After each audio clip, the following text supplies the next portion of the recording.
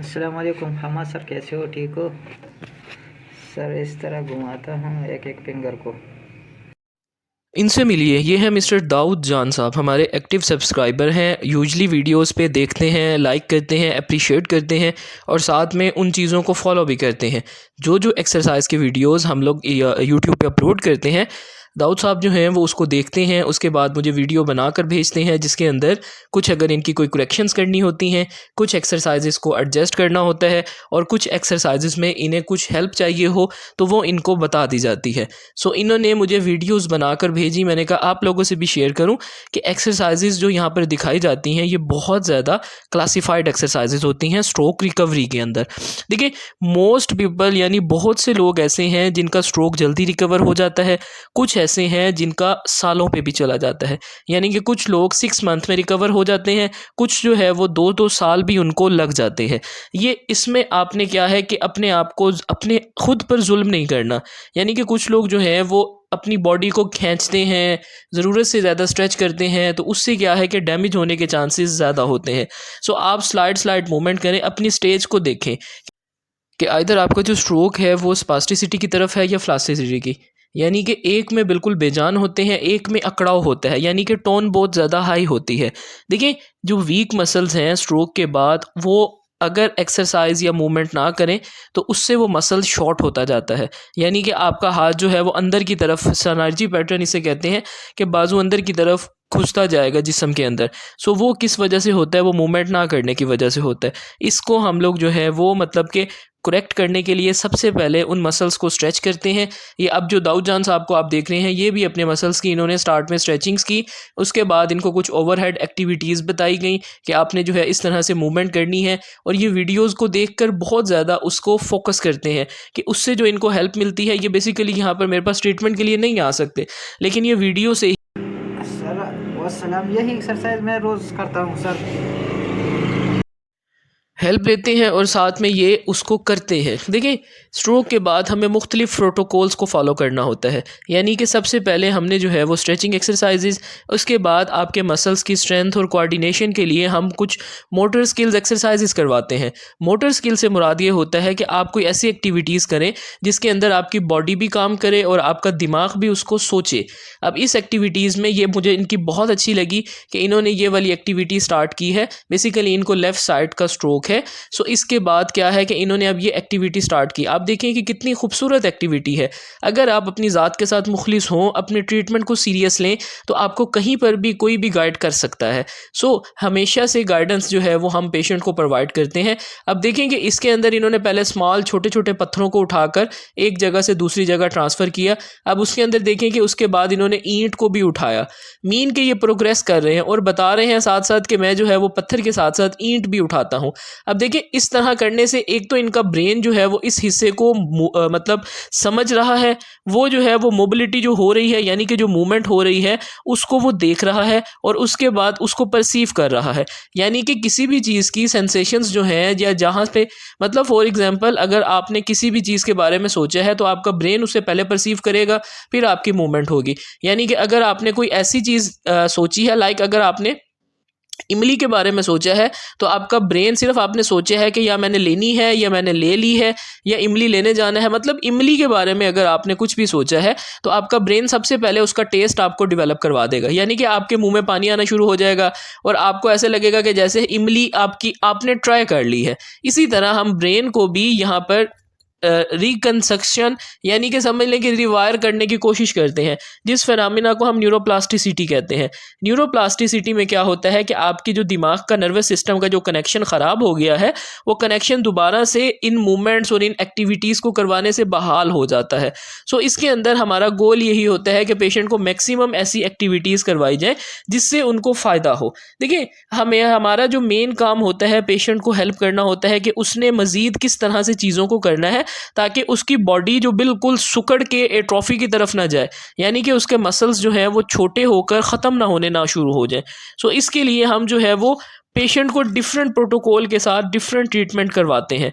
देखिए, early stages में क्या होता है, हमने एजुकेशन करनी होती है पेशेंट की भी और फैमिली की भी, ताकि उनकी जो डिफॉर्मिटी है यानी कि बाजू किस तरह रखना है, हाथ को किस तरह रखना है, उसको देखते हैं। उसके बाद हमारे पास जो स्टेज आती है उसमें हम जो है वो पेशेंट की कैपेबिलिटीज़ देखते हैं कि वो कौन कौन से फंक्शंस कर सकता है। फिर उसके अकॉर्डिंग हम जो है वो उनको बेहतरी की तरफ लाते हैं, उनको बताते हैं कि ये चीज़ आप कर सकते हैं, आपने करनी है। और उसके बाद हम उसमें इंटरवेंशन कर देते हैं। मीन कि अब जैसे ये पत्थर को सही तरीके से नहीं उठा पा रहे तो हम इनको बताएंगे कि आपने ऐसे नहीं ऐसे करना है। सो इसके अंदर हमारा गोल यही होता है कि पेशेंट को मैक्सिमम इंडिपेंडेंट किया जाए। जैसे जैसे पेशेंट इंडिपेंडेंट होता है तो वो एक तो अच्छा फील करता है और साथ में क्या है कि वो अपनी रिकवरी को एंजॉय करता है। देखिए मुख्तलिफ लोगों को स्ट्रोक जो है वो मुख्तलिफ तरीके से असरअंदाज करता है। इसमें कुछ लोगों को क्या होता है कि वीकनेस होती है और मतलब कि एकदम बिल्कुल बेजान हो जाते हैं उनके बाजू और हाथों के मसल। उसके अंदर क्या है कि उनकी एक तो सेंसेशंस यानी कि उनको हसासियत जो है वो भी डिस्टर्ब होती है, वो भी कम हो जाती है। सो उसके अंदर फाइन मोटर जो स्किल्स होते हैं, कुछ एक्टिविटीज़ होती हैं, फाइन मोटर कंट्रोल होता है बॉडी का, यानी कि आपने कोई एक्यूरेट मूवमेंट्स जो करनी होती हैं उस मूवमेंट्स में आपको प्रॉब्लम आ रही होती है। उसके अंदर हम देखते हैं कि आइदर स्पास्टिसिटी तो नहीं है। देखिए अगर आपकी स्टिफ होगी एक चीज़ तो वो मूवमेंट सही तरीके से नहीं करेगी। अगर उसको हम थोड़ा सा नरम करेंगे, उसको स्ट्रेच करेंगे तो उससे क्या होगा कि उसके अंदर फ्लेक्सिबिलिटी आएगी। फ्लेक्सिबिलिटी ही मूवमेंट को इनिशिएट करती है। उसके बाद हम कुछ कोग्निटिव एंड प्रोप्रियोसेप्शुअल चेंजेस जो हैं उनकी अटेंशन और मेमोरी में एक साथ जो है देखते हुए एडजस्ट करते हैं, यानी कि देखते हैं कि ये कितनी इनकी कैपेबिलिटी है, कितना ये कर सकते हैं। सो उसी हिसाब से हम जो है वो उनको वो मूवमेंट्स वो चीज़ें करवाते हैं। देखिए हमारा जो मैक्सिमम गोल है वो है पेशेंट को इंडिपेंडेंट करना। अब देखिए आप एक पेशेंट को सारा दिन बेड पे लिटाई रखे हैं तो वो क्या है कि उसकी बॉडी ख़त्म होनी शुरू हो जाएगी। स्ट्रोक पेशेंट हमेशा मूवमेंट में रहें तो वो बेहतर रहते हैं, क्योंकि मूवमेंट में रहने से ही आपके जो बाजू हैं, टांग हैं, उनके मसल्स चलते हैं। देखिए हमारा जो इसमें मैक्सिमम गोल होता है वो ये होता है कि पेशेंट को काउंसल किया जाए कि आपने अपनी हैंड की बाजू की मोबिलिटी रखनी है। अगर आपके दिमाग पर हम जोर डालेंगे, उससे फोर्स करेंगे कोई भी चीज़ करने को, तो वो उसको पैटर्न को अडॉप्ट करने और याद करने की कोशिश करता है। देखिए हमारा ख़ास किस्म का शोल्डर मतलब बाजुओं का पैटर्न बन जाता है, जिसमें हमारे शोल्डर के एडक्टर्स हो गए, इंटरनल रोटेटर्स हो गए, वो टाइट हो जाते हैं। हमारी कोनी के पास जो हमारे एल्बो फ्लेक्सर मसल्स हैं वो सख्त हो जाते हैं, यानी कि आपकी कोनी अंदर की तरफ जिस्म में घुसती हुई आपको नज़र आती है। रिस्ट के जो फ्लेक्सर हैं, यानी कि आपकी जो रिस्ट के अंदर जो फ्लेक्सर मसल्स हैं अंदर वाली तरफ की, वो मसल टाइट हो जाते हैं, जिसकी वजह से आपका हाथ मुड़ना शुरू हो जाता है। उसके बाद फोर आर्म के, यानी कि आपकी जो फोर आर्म है उसके अंदर प्रोनेटेड मसल्स होते हैं कुछ हमारे, जिन्होंने सुपिनेशन प्रोनेशन मूवमेंट को इनिशिएट करना होता है और वो करवाना होता है, वो टाइट होते हैं, जिसकी वजह से एक पोजीशन में आपका हाथ जो है वो रुक जाता है। देखिए हमारा मेन गोल है पेशेंट को बेहतरी की तरफ लाना। उसके अंदर हम जो है वो उनको स्ट्रेचिंग्स करवाते हैं ताकि उनके जो वीक मसल्स हैं वो स्ट्रेंथन हो, उनमें ताकत आए। उसके बाद हमारी जो स्ट्रेचिंग एक्सरसाइजेज हैं उनसे पेशेंट को फ़ायदा क्या होता है कि एक तो उनके जॉइंट जो हैं वो जो स्टिफ हुए हुए हैं, जमे हुए हैं, अकड़े हुए हैं, वो बेहतर होते हैं। कुछ लोग जो है वो अगर स्ट्रेचिंग करें और थोड़ी सी स्ट्रेंथनिंग करें तो वो जल्दी बेहतर हो जाते हैं, लेकिन कुछ लोगों को थोड़ा सा टाइम लगता है। इसीलिए अपने आप पर जुल्म नहीं करना, बहुत ज़्यादा आपने कोई भी एक्टिविटी एग्जैजरेटेड नहीं करनी। देखिए हमारा मैक्सिमम जो पैरालिसिस के पेशेंट में गोल होता है वो होता है कि हम उनको एक्सरसाइज करवाएं ज़्यादा से ज़्यादा। उससे पहले स्टिमुलेट करें। स्टिमुलेट करने से क्या होगा कि उनके मसल्स एक्टिवेट होंगे।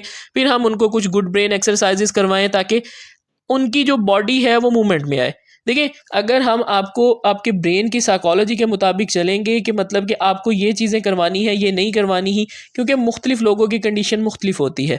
सो ये जो एक्सरसाइजेज आप देख रहे हैं इसके अंदर मैं टाइम आपका वेस्ट इसलिए नहीं करता कि आप जो है वो एक्सरसाइजेज भी देखते रहें, साथ में आपको वॉइस ओवर भी मिले, क्योंकि कुछ वीडियोज़ ऐसी होती हैं जिनके अंदर बातें ज़्यादा होती हैं, एक्सरसाइज नहीं होती। सो मेरा ये गोल होता है कि आप लोगों का टाइम भी बचे, हमारा भी टाइम बचे, ताकि हम जो है वो पेशेंट को जल्दी ज़्यादा से ज़्यादा काउंसलिंग करें और साथ में क्या है कि उसको ज़्यादा से ज़्यादा कंटेंट देखने को मिले। सो ये जो आप एक्सरसाइजेज देख रहे हैं ये भी स्ट्रोक पेशेंट हैं, इनको भी हमने ये passive range of motion exercises जो हैं उसके बाद जो है वो एक्टिव स्टार्ट करवाएं। यानी कि कुछ होती हैं जो हम खुद से करवाते हैं पेशेंट को स्टार्ट में, उसके बाद पेशेंट को खुद से कहते हैं कि वो अब खुद से करे। अब इसके अंदर हमने इनको ओवरहेड एक्टिविटीज़ करवा रहे हैं। ये भी हमारे एक स्ट्रोक पेशेंट है, इनको अब हमने ओवरहेड एक्टिविटीज़ स्टार्ट करवाई हैं। इसमें आप देखें कि आप भी इसको देखकर कर सकते हैं। मसल्स जितना जितना ज़्यादा हरकत करेगा, जितना ज़्यादा एक्सरसाइज करेगा, वो उतना ही ज़्यादा बेहतर होगा। देखिए अगर हम पेशेंट की बेसिक चीज़ों को नहीं देखेंगे कि इसको किस चीज़ की ज़रूरत है और इनको कौन कौन सी एक्सरसाइजेस करवानी है, कहाँ तक क्या करवाना है, तब तक हम उसको प्रॉपर तरीके से प्रोटोकॉल नहीं दे सकते। सो इसके अंदर हम जो है वो डिफरेंट टेक्निक्स, डिफरेंट चीज़ें पेशेंट पे अप्लाई करते हैं ताकि उनकी कैपेबिलिटीज़ को देखा जाए, उसके बाद उनको मूवमेंट करवाई जाए। अब जो चीज़ें पेशेंट कर सकता है उसको हम वो मैक्सिमम करवाते हैं। सो देखिए कि इस तरह से आप एक्टिविटीज़ किया करें, उठा करें, बैठा करें, ताकि आपके थाई के, टांग के, घुटने के मसल्स मजबूत हों। बाजुओं की जो एक्सरसाइजेज बताई हैं उसमें फाइन मोटर एक्सरसाइजेज आ गई, यानी कि आपने कोई चीज़ें उठाकर एक जगह से दूसरी जगह ट्रांसफ़र करें, किसी चीज़ को पकड़कर नीचे बैठने की कोशिश करें ताकि आपके बाजू पे स्ट्रेच पड़े, आपके मसल्स जो हैं वो खुलें। उसके बाद आप कोई वज़नी चीज़, जैसे दाऊद जान साहब ने ईंट उठाई, इनके भी जो है वो अच्छी स्ट्रेंथ ट्रेनिंग इनकी हो जाती है, क्योंकि ये हिस्सा चलता रहेगा तो कुछ टाइम बाद ये बेहतरी की तरफ जाना शुरू हो जाएगा। होप सो आज की वीडियो एक स्पेशल पेशेंट से रिलेटेड आप लोगों से शेयर की, आपको पसंद आई होगी। इस तरह का कोई व्हील अगर आपके पास है तो उससे भी आप ये एक्सरसाइज कर सकते हैं। आप कमेंट करके लाजमी बताइएगा कि वीडियो कहाँ से देख रहे हैं। Thank you so much for watching.